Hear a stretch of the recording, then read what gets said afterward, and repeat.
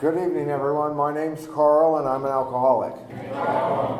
And it's good to be here, and it's good to be sober. I like this group, always have.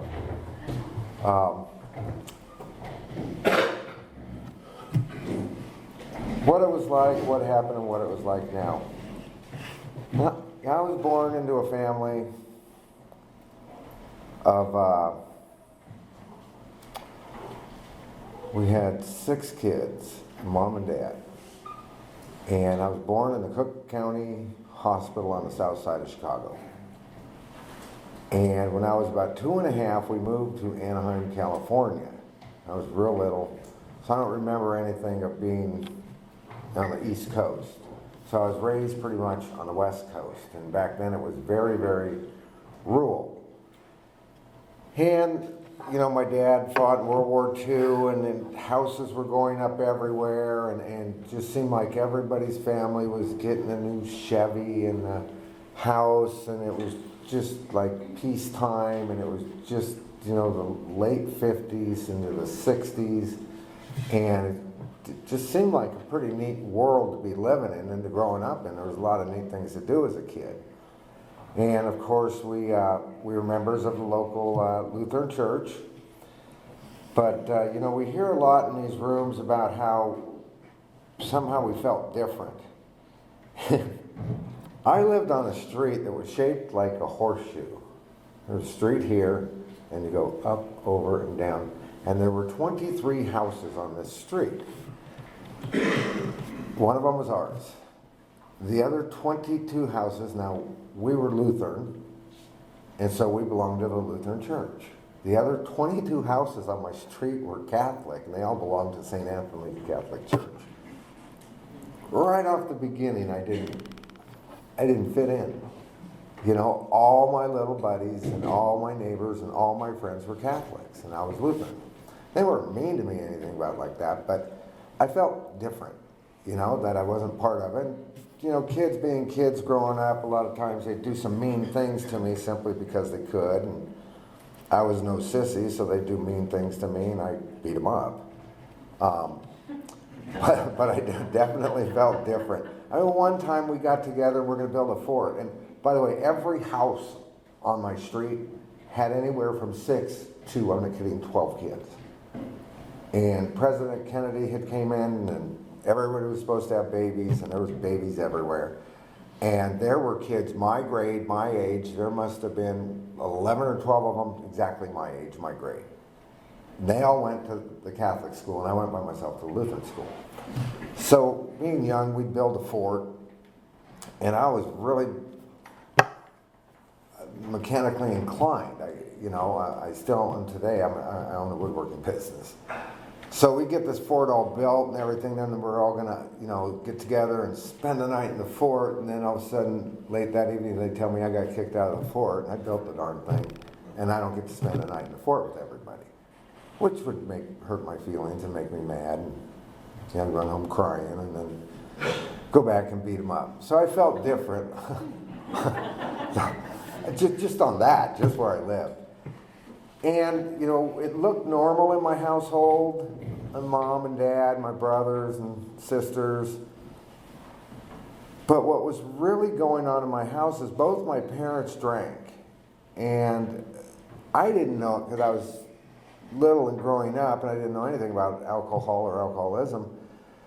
But they both drank alcoholically. And it started off with my youngest brother, Kurt. He died one day. He was like 9 months old.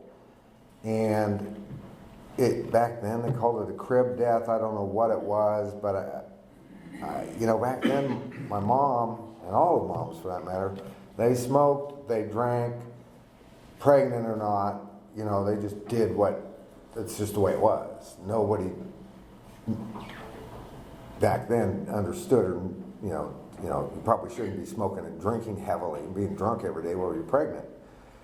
So my mom started, I believe, to blame that on herself. And I was real little. I was like 2 and a half, and Kurt was like less than a year old, and he died. And my mom think she died right along with him. And it took her about the next 9 years to drink herself to death. And she died of cirrhosis of the liver. And they wouldn't let me see her.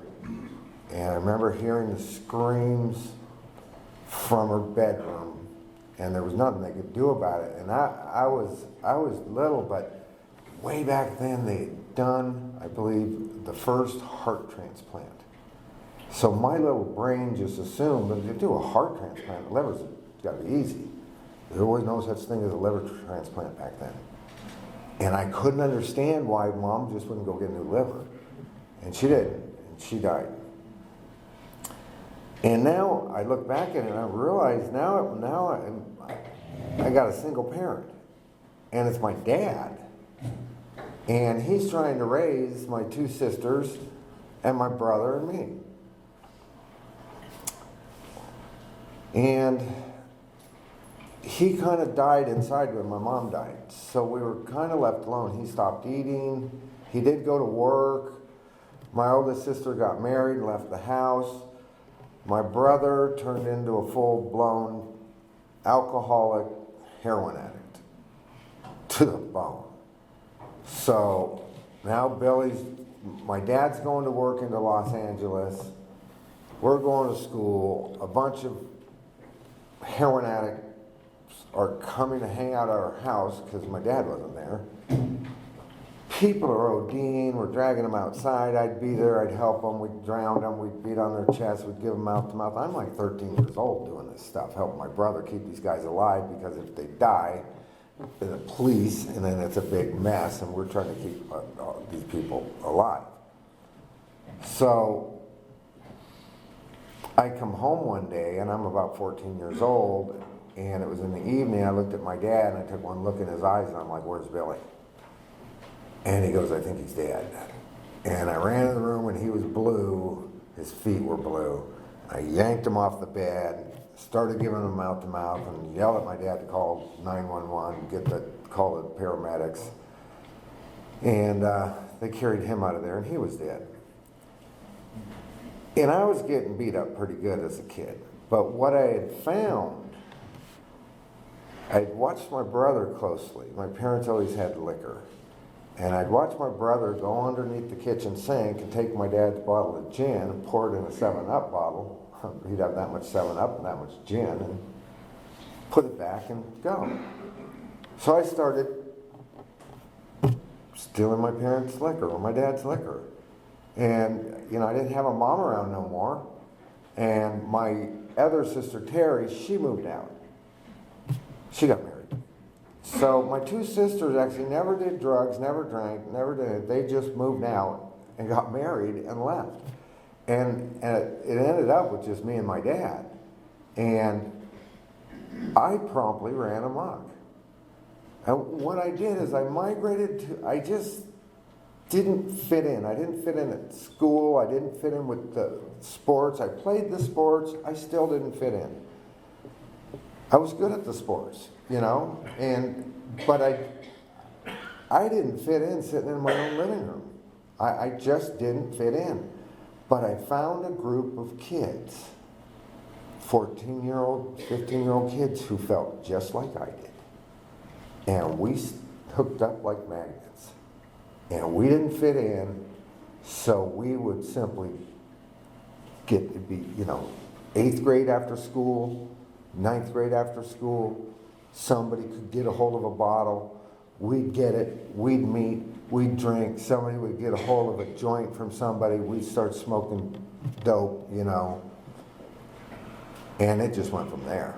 And I pretty much from then raised myself, on, and the drinking just progressed where my senior year in high school, I went to school drunk every day. I had a pint of booze just to get to school.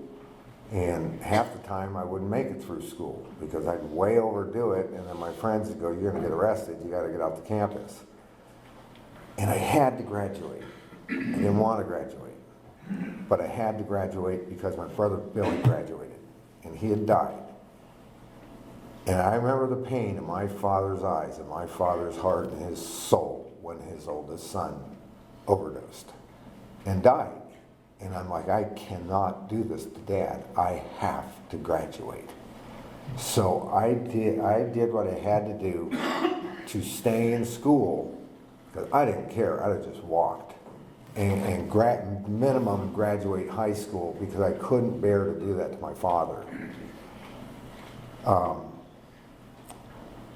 I was very independent. My senior year, I had 4 periods of woodshop. I was very gifted in woodworking. My great-grandfather was a German cabinet maker. My grandfather was a German cabinet maker. All the way down, I've always been a woodworker. I started a company when I was 17, still in high school. And, I did well with that. So I was pretty much on my own. I came home one day and my dad said, you don't listen, you don't come home. Well, let's take one step back. I'd wanted to buy my sister's car at one point for $200, this 1954 Chevy Bel Air 4-door sedan. And my dad's like, no, you can't buy it because you can't go on my insurance. It's a company car and you got to be 25 to get insurance through me. Get your own insurance, you can buy the car.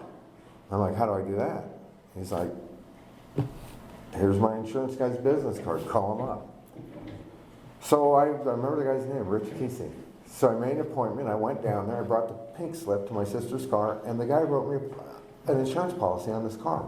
I didn't even own it. I took it home, showed it to my dad, and he goes, you can buy the car. So I bought my sister's car, and I had my own car. So later on, when I'm not going to school and I'm not coming home for 3 or 4 days, my dad's like, I'm taking your car. I said, you touch my car, I'll have you arrested. It's my car. It backfired on him. So then he goes, you got to pay rent. I'm like, I'm 17, I'm still in high school. He's like, you go to work every day. You work after school, full-time summer. You make a paycheck, I make a paycheck. Why on earth should I support you? I'm like, I'm not moving out. He's like, you're moving out. No, I'm not. Yeah, you are. So he grabs the telephone, he's going to call the Orange County Sheriff and have him come throw me out. I'm like, Dad, before you do this, I've got 450 kilos of dope in my room. Because I way since turned into pretty much an international drug trafficker.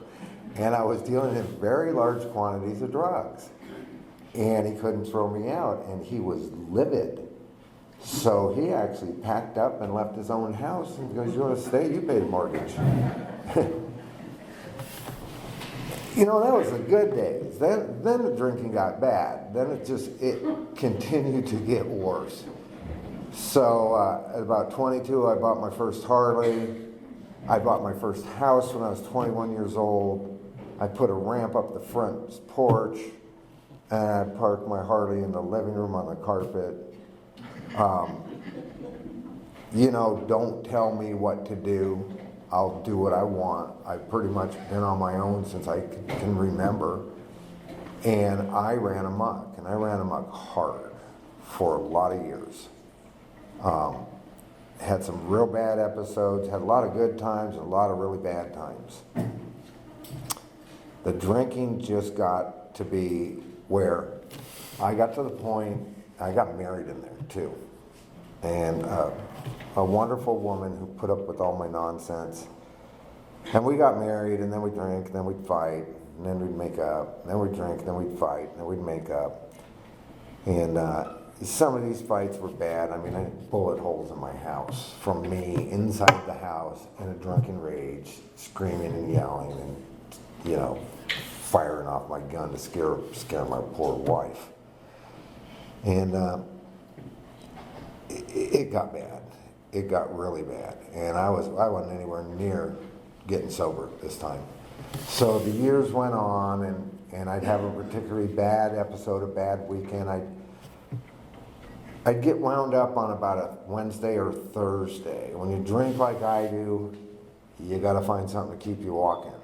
Because you simply, I drank myself out of bars, couldn't drive around to like nightclubs or bars and drink no more. because I could not predict what was going to happen or where I would end up. Turned it into, I drank to the bars that were within walking distance of my house, drank myself out of all of those, and I basically drank at the house, and that was easy. It's because, like, you know, a half gallon of vodka is cheaper than buying all the bar drinks. So my brain would just tell me, well, yeah, it's no problem, I'll just drink it home. So I'm drinking like that, and then I'd have a really bad episode, and then I'd have the flashes of, well, I got to stop drinking. I mean, I really got to stop drinking. And I'd tell the wife, you're right, you know, and I was abusive, I was physically, I was emotionally and mentally abusive. She was physically, emotionally and mentally abusive to me too, but I think I was more so. But I'd go, I'm going to stop drinking. And I mean it, I'm going to stop, you know. So I'd stop drinking. And so it'd been like a blur of a 4-day weekend with blackout, and there's broken windows, and the wife's all bruised up, and I'm a mess, and I'm going to quit drinking, honey, for sure. So I'd go to work, and I'd come home, and Monday Night Football would be on. And everybody knows if you can not drink during Monday Night Football, then you don't have a problem. So that's what I thought.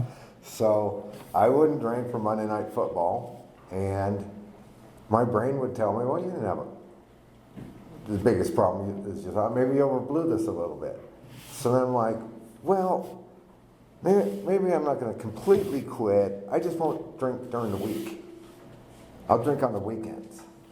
But I haven't drank Monday. Now it's Tuesday, and it's like, maybe I overdid. I'll just drink on the weekends. So Tuesday would come by, or maybe Wednesday, and still haven't drank, and then I'm like, well,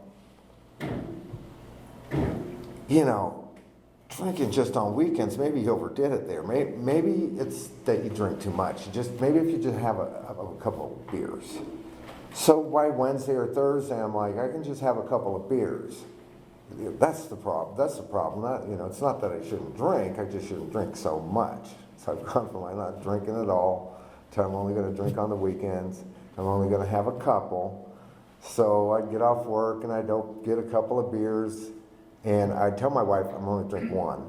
So I'd get 2 tall Budweisers. I'd open up one, drink it driving home, pull up, open the second one, take the drink so it's on my breath, and walk in with an open beer. And I'm, well, honey, I only got one. Just one. No problem. I'm not, you know, not drinking. And the next day I'm at the store and I'm like, buying one beer at a time is really expensive.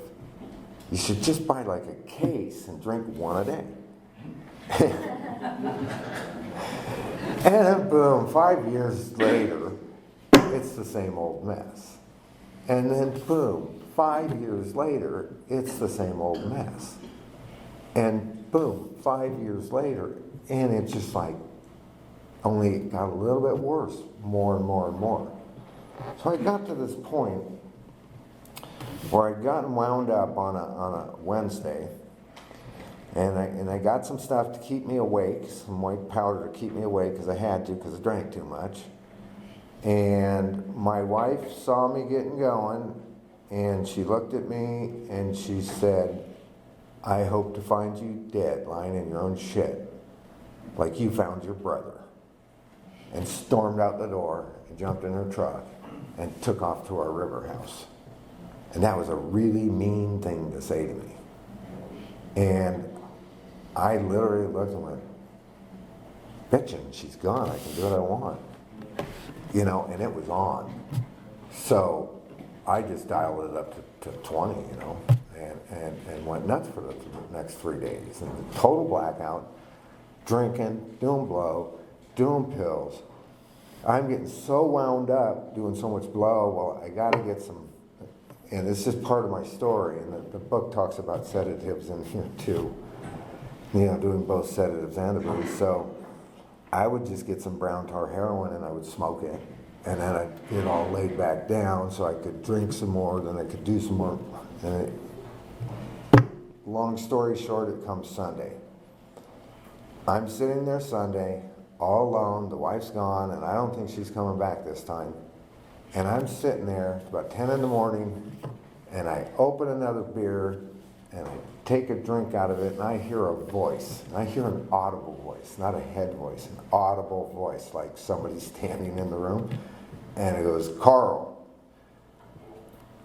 you're going to be dead by Friday. And I'm like, there's nobody in the room, and now I'm hearing things. And I finish that beer, and I get another one, and I sit down, and I open it up, and I hear that same voice go, Carl, you're going to be in Higginfield Mortuary by 2 o'clock next Friday.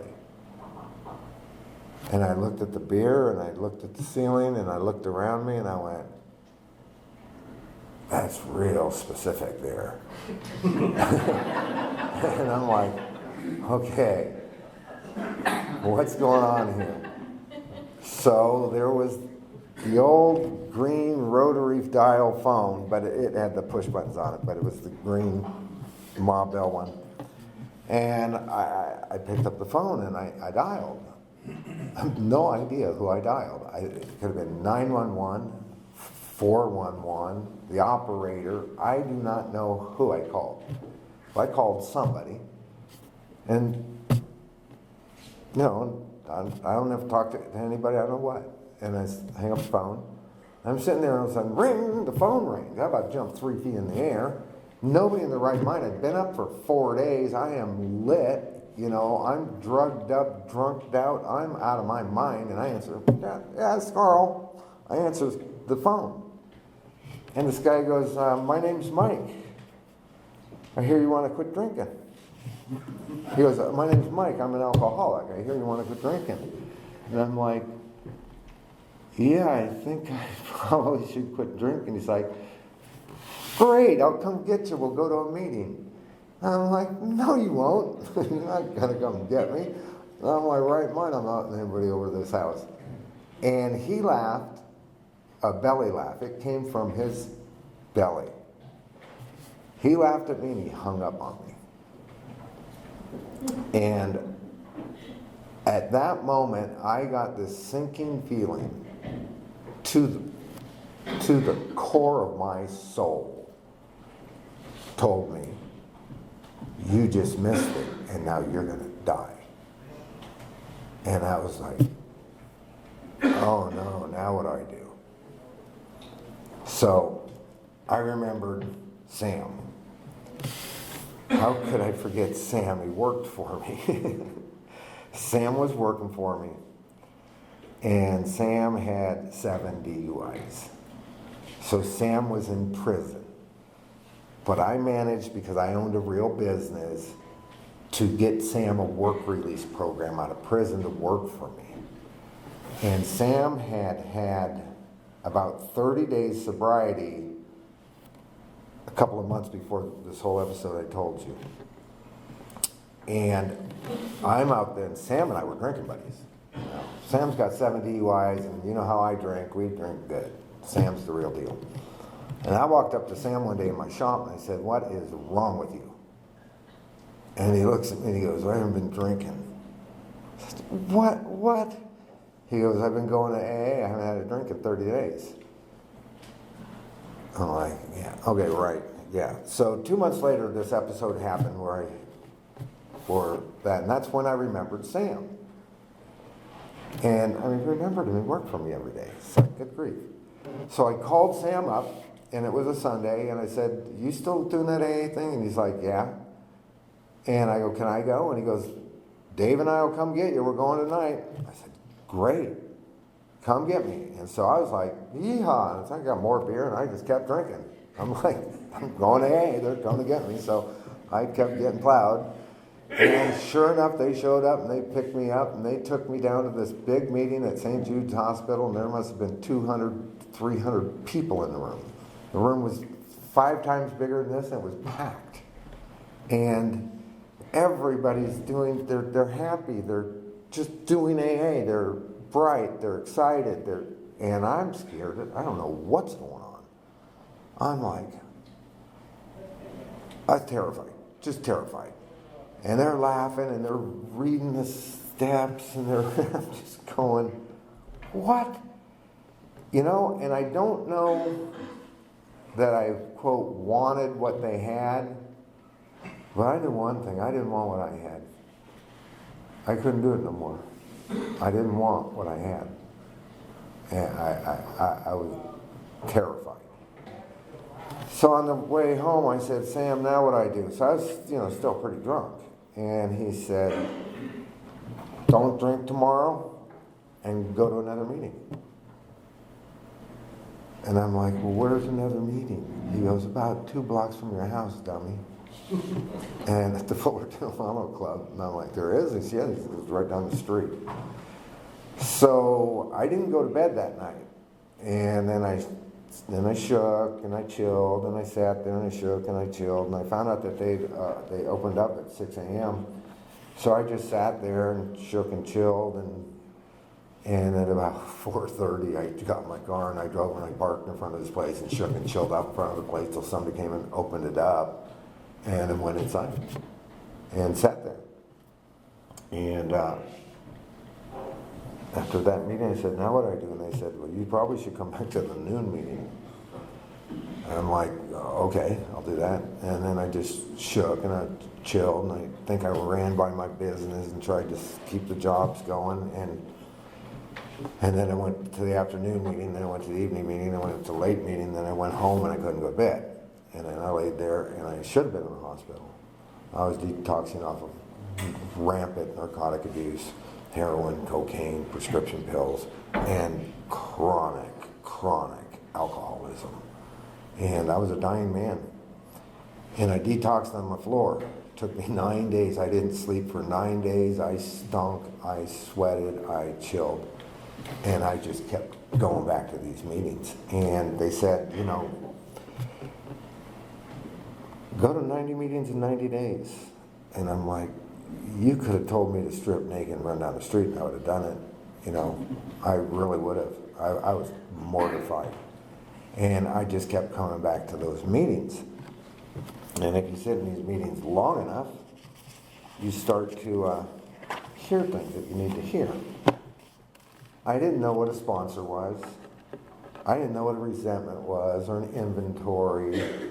There was just so much that's not, and I was afraid to ask. I wasn't about to ask somebody what a sponsor is. So you go to enough meetings, you kind of figure that out. So I'm like, I'm going to find the oldest guy on the planet Earth here and ask him to be my sponsor, so that if he learns all my secrets, he'll die, and then nobody will ever know. that was literally my plan. And that man saved my life. That man became my sponsor. And I look back at these steps here, and with step 1, we admitted we were powerless over alcohol, that our lives had become unmanageable. That was a no-brainer for me. I knew I could not stop drinking. I had no illusions. And my life wasn't unmanageable. My life was a smoldering airplane wreck. It was more than a catastrophe. I mean, step 1 was, I admitted that inside here so deeply, so honestly, so truthfully, right off the bat. Because I had suffered one too many times. Came to believe that a power greater than ourselves could restore us to sanity. When I got to that one, I've always believed in God, but I was real leery that A was going to tell me to find Jesus. I didn't want you to tell me to find Jesus. I never lost Jesus. I was raised in a Lutheran church. I'm a Christian. But that's not what they were talking about. So I balked on that a little bit, but I did know that a power greater than myself, or God, my understanding, could restore me to sanity. In fact, I knew that was probably the only chance I had. So when we made a decision to turn our will and our lives over to the care of God as we understood Him, that's when I thought you were going to Jesus me. And I didn't want to get Jesused. But I was in a group, and at this one time they asked everybody to stand up, hold hands, and say the 3rd step prayer. And a couple of people left the room. They just wouldn't do it. And I just did it. and said the third step prayer, and I got like a wash of relief over me that, it wasn't what I thought it was going to do. It felt good. It felt good. So I had to grow a little bit on those three, but I did make that decision to turn my will and my life over to the care of God as I understand him. I said, I am definitely going to do that for you. And then making the search, step 4, making the searching and fearless moral inventory of ourselves.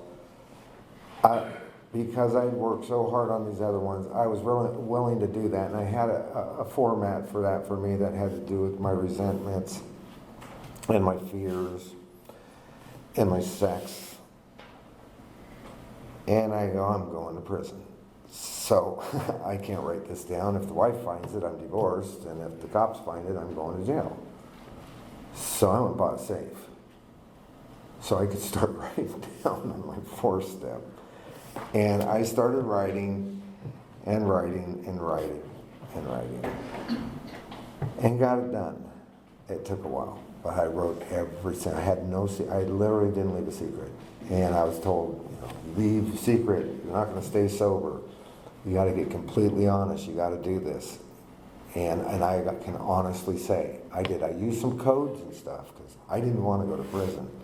And I kept everything locked up in my safe because I didn't want nobody to ever get their hands on this. And then I sat down with my sponsor. I admitted to God, to ourselves, and to another human being the exact nature of my wrongs. And I didn't get any big relief.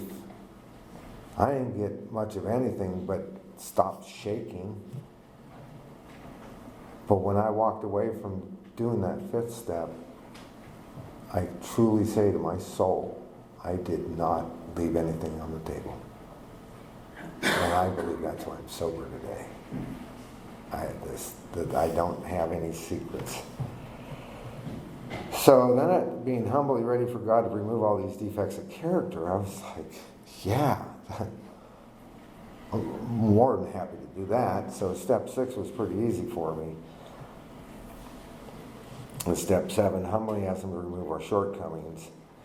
And then we get to step 8, and then had to make a list of all persons we had harmed, became willing to make amends to them all. And when I was doing it, they were being stressed that, you got to be willing to do this. Don't get ahead of yourself that you're doing it, be willing to do it. And I was willing to do it. And I believe I was willing to do it because I actually did everything else before it 100% and true with no secrets left behind. So then I had to go make direct amends to such people wherever possible, except when to do so would injure them or others. And that's where a good sponsor comes in, because you can really screw something up running around trying to save your butt, telling people stuff. So I need a lot of guidance on that. And there was just a lot of stuff that I had to make right.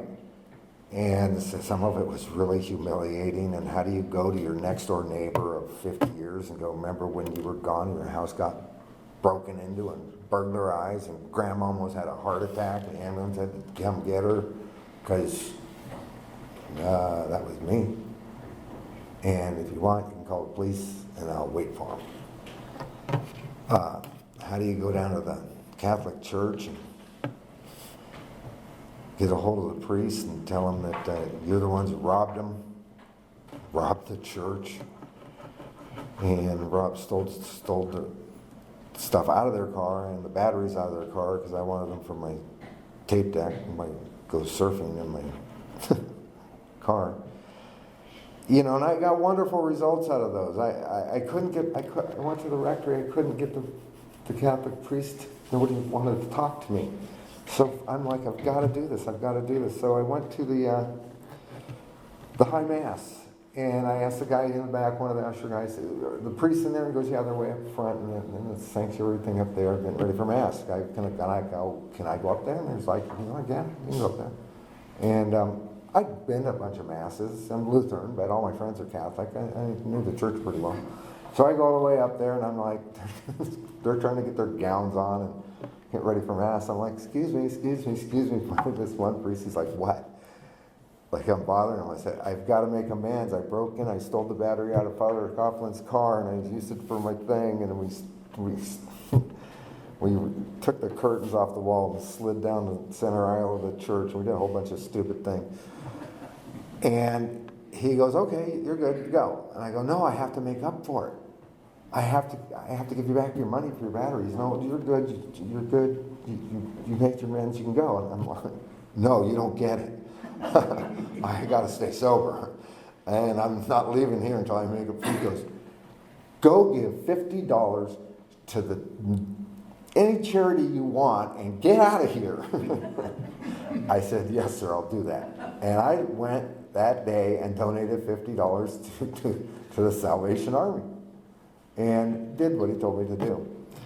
So that was a whole process too, and I had to do that with a lot of people and a lot of friends. Got into step 10, continuing to take in personal inventory. When we're wrong, promptly admitted it. I'd like to say I did that. I got better at that as I went. Of course, in the beginning, I overdid it, and then when I settled in, I got a little stability in my sobriety. Then I had to work on that, and I kept writing, and I wrote for years and years and years, and I wrote hundreds and hundreds and hundreds of big yellow pages of writing. And I still do that today. And then step 11, sought through prayer and meditation to improve our conscious contact with God as we understood Him, praying only for the knowledge of His will for us and the power to carry that out. And that I do every day. And we actually get up early.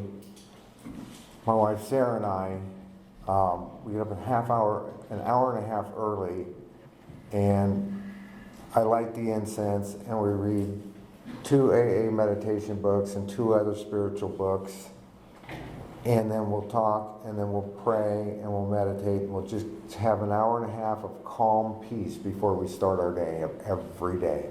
And we've done that for, I forgot to mention my sobriety date. My sobriety date's October 26, 1993. So I'm a little over 21 years sober. And we've done that for 21 years. And then the most wonderful thing of all is, having had a spiritual awakening as a result of these steps, we tried to carry this message to alcoholics and practice these principles in all our affairs. And I kind of came out of my fog, and I got to a point where I started having a spiritual awakening. And it grew from there, because I did the first 11 and then the 12th step as best as I humanly possibly could. And I really believe that's why I'm sober today. So, sometimes I carry the message better than I do at other times. I found that, I don't know why, because I've actually never been to prison. I mean, I've been in enough jails, most of us drunks have. But I found I liked it in the prisons. And started spending a lot of time and effort to carry the message to the men inside the prison systems, both in California and the state and federal penitentiaries. And when we got here, we didn't know anybody. And so we went to a meeting at German Street. We were here a week, and we found out that there was a meeting in German Street where we were trying to find out who goes into prisons. If we call it H&I in California, here it's Correctional Committee. And we're like, who goes into prisons? And this guy stood up, and at the end of the meeting, and goes, there's a meeting, I forget what meeting it was, like quarterly meeting, whatever, over here next weekend, and it's for the correctional institutions. So we figured out where it was, and my wife and Sally went to that meeting, and we met Tom, and we met Wallace, and a couple other wonderful men. And Tom, I was in a prison the next night. You're in, he dragged me along in, and that's what we've been doing. So, in a nutshell, that's pretty much what happened to me. I was a hopeless, chronic, dying man. Just totally hopeless, chronic alcoholic. And I am absolutely convinced that I would not be alive today if it wasn't for the program Alcoholics Anonymous. I love this program. I love the people. I love everything about it. You know, it's just magic of what can happen to a human being through the 12 steps of Alcoholics Anonymous is just mind-boggling, the miracles. And I'm going to end on one quick note. We went back to my high school, because this is the type of stuff that I love about AA. We went back to California about a month and a half ago for my 40th high school reunion. And of course, my wife Sarah and I are hammering all the meetings. And our favorite meeting there is a 6 a.m. meeting. It's like we've always had that 6 a.m. meeting. So we're sitting at this meeting. Now mind you, we traveled 3,000 miles to go to this high school reunion. The reunion was over. We're going to these meetings. We're going to like 4 meetings a day because we're there. We're waiting for a plane. We're going to leave in a couple days. And this gal's down there, and she's got 90 days sober. And it's her 90th day. And she was probably in her late 30s, early 40s. And she's leading the meeting, and she tells this story, and she's like, 90 days ago today, I was living in the trees in a tent behind a Walmart. And she goes, I went from having a husband, a kid, a house, lost it all. Lost it all. She drank it all away. And then she goes, I think I got it going on because I bought this like $29 tent at a Walmart. It's got it set up in this little hidden campground, and I got it going on. And all she had left was a bottle of rubbing alcohol, and she's trying to drink it, which will kill you. And she staggers out of her tent, and a balloon with a ribbon on it comes out of the sky, and it's lost its gas, and it floats down and it lands at her feet. And she picks it up, and it's got a note on it from a little boy to his mama in heaven. And the note says, Mama, I can't wait to get to heaven to be with you. And she looked at that note. She borrowed somebody's cell phone and then walked out of that city to the next city over to the women's shelter and asked them if they'd let her in. And they let her in. And that was exactly to the day, 90 days ago. It's like, I didn't travel 3,000 miles to go to some high school reunion. I traveled 3,000 miles to listen to that story about the lady and the little boy writing his note to his mom. I was that little boy whose mama was in heaven. It was just a real neat deal. A really neat deal. And you stick around these rooms long enough and you'll come across some of the most wonderful, amazing things ever. And thank you for letting me share.